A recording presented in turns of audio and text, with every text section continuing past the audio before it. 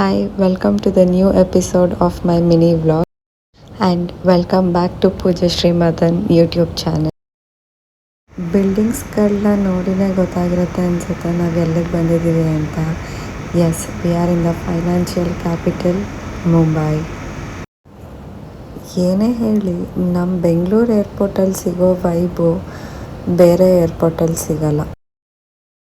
Mumbai airport exit ಆಗಿದ್ದೇನೆ ನಮಗೆ ಸಿಕ್ಕಿದ್ದು ಇಷ್ಟೊಂದು ಸ್ಟಾಲ್ಸ್ಗಳು.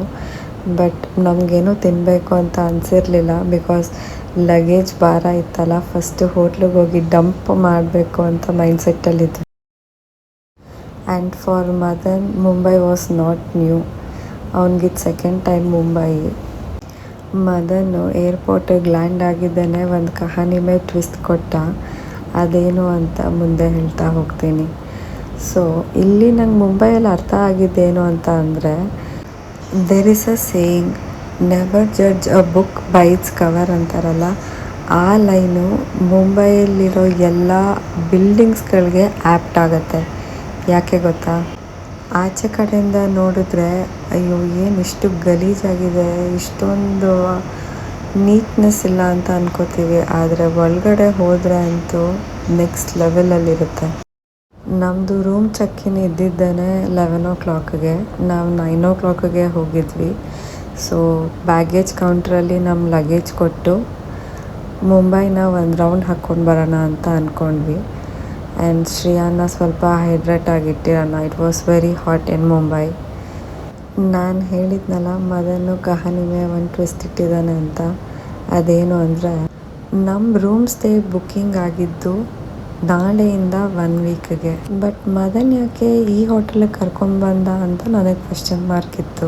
ಸೊ ಆಗ ನನಗೆ ಮದನ್ ಹೇಳಿದ್ದು, ಮುಂಬೈ ನಿನಗೆ ಇದು ಫಸ್ಟ್ ಟೈಮ್ ಅಲ್ವಾ, ಸೊ 5 ಸ್ಟಾರಲ್ಲಿ ಲಕ್ಸುರಿ ಹೆಂಗಿರುತ್ತೆ ತೋರಿಸ್ತೀನಿ ಬಾ ಅಂತ ಆ ರೂಮ್ ಬುಕ್ ಮಾಡಿದ್ನಂತೆ.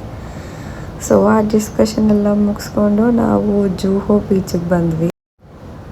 9:30ಗೆ ಆಲ್ರೆಡಿ 12:30 ಅಥವಾ ಫೀಲ್ ಬರ್ತಾಯಿತ್ತು. ಫುಲ್ ಬಿಸಿಲಿತ್ತು. ಬೋಟ್ ರೈಡ್ಸ್ ಎಲ್ಲ ರೆಡಿ ಮಾಡ್ಕೋತಾಯಿದ್ರು. ಮೋಸ್ಟ್ಲಿ ಅದು ನೂನ್ ಅಥವಾ ಈವ್ನಿಂಗಿಗೆ ಅನಿಸುತ್ತೆ. ಸೊ ನಾವು ಸುಮ್ಮನೆ ಒಂದು ವಾಕ್ ಅಲ್ಲಿವರೆಗೂ ಹೋಗ್ಬಿಟ್ಟು ಬರ್ತೀನಿ ಅಂತ ಮದನ್ಗೆ ಹೇಳಿ ನಾನು ಶ್ರೇಯಾನ್ ಹೊರಟ್ವಿ ಅಲ್ಲಿಂದ. ಆ್ಯಂಡ್ ಶ್ರೇಯಾನ್ಗೆ ವಾಟರು ಸ್ಯಾಂಡ್ ಅಂದರೆ ಸಖತ್ ಇಷ್ಟ. ಮದನ್ನು ಕರೆದೆ ಬಾ ಅಲ್ಲಿವರೆಗೂ ನಮ್ಮ ಜೊತೆ ಅಂತ. ಮದನ್ ವಾಸ್ ಲೈಕ್, ನಾನು ವೈಟ್ ಶೂ ಹಾಕ್ಕೊಂಡಿದ್ದೀನಿ, ನನ್ನ ಬಿಟ್ಬಿಡಿ ಪ್ಲೀಸ್ ಅಂದ.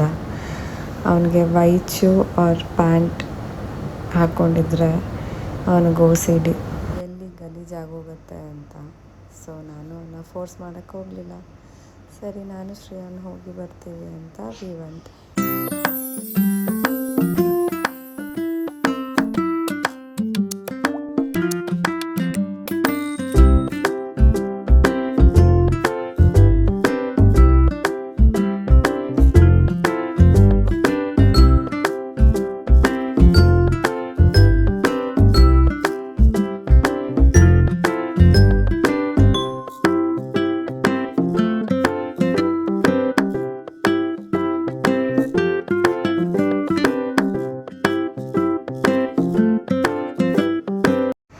ಗೋಲ್ಗಪ್ಪ ಅವ್ರ ಪಾವ್ ಭಾಜಿ ತಿನ್ನಬೇಕು ಅಂದರೆ ಈ ಥರ ಸ್ಟ್ರೀಟ್ಸಲ್ಲಿ ತಿಂದ್ರೇ ಮಜಾ. And the taste will be also very good. Beach ಒಂದು ರೌಂಡ್ ಹಾಕ್ಕೊಂಡು ಬಂದಿದ್ದಾನೆ ಮದನ್. ಗೋಲ್ಗಪ್ಪ ತಿನ್ನೋಣ ಅಂತ ಕರ್ಕೊಂಡು ಹೋದ. ಆ್ಯಂಡ್ ಬೆಳಗ್ಗೆ ಗೋಲ್ಗಪ್ಪ ತಿಂದಿದ್ದ ಫೀಲು ಚೆನ್ನಾಗೇ ಇತ್ತು. ಆ್ಯಂಡ್ ಟ್ರಸ್ಟ್ ಮೀ, ಈ ಥರ ಟೇಸ್ಟು ನಮ್ಮ ಬೆಂಗಳೂರಲ್ಲಿ ಸಿಗಲ್ಲ. ಯೂಶ್ವಲಿ ನಾನು ಸ್ವೀಟ್ ಹಾಕ್ಸ್ಕೊತಾ ಇದ್ದೆ, ಬಟ್ ಈ ಸತಿ ಹಾಕ್ಸ್ಕೊಳ್ಲಿಲ್ಲ. ಇವ್ರ ಸ್ವೀಟ್ ಮತ್ತು ಖಾರ ಪಾನಿ ಮಿಕ್ಸಿಂಗ್ ಕರೆಕ್ಟಾಗಿತ್ತು.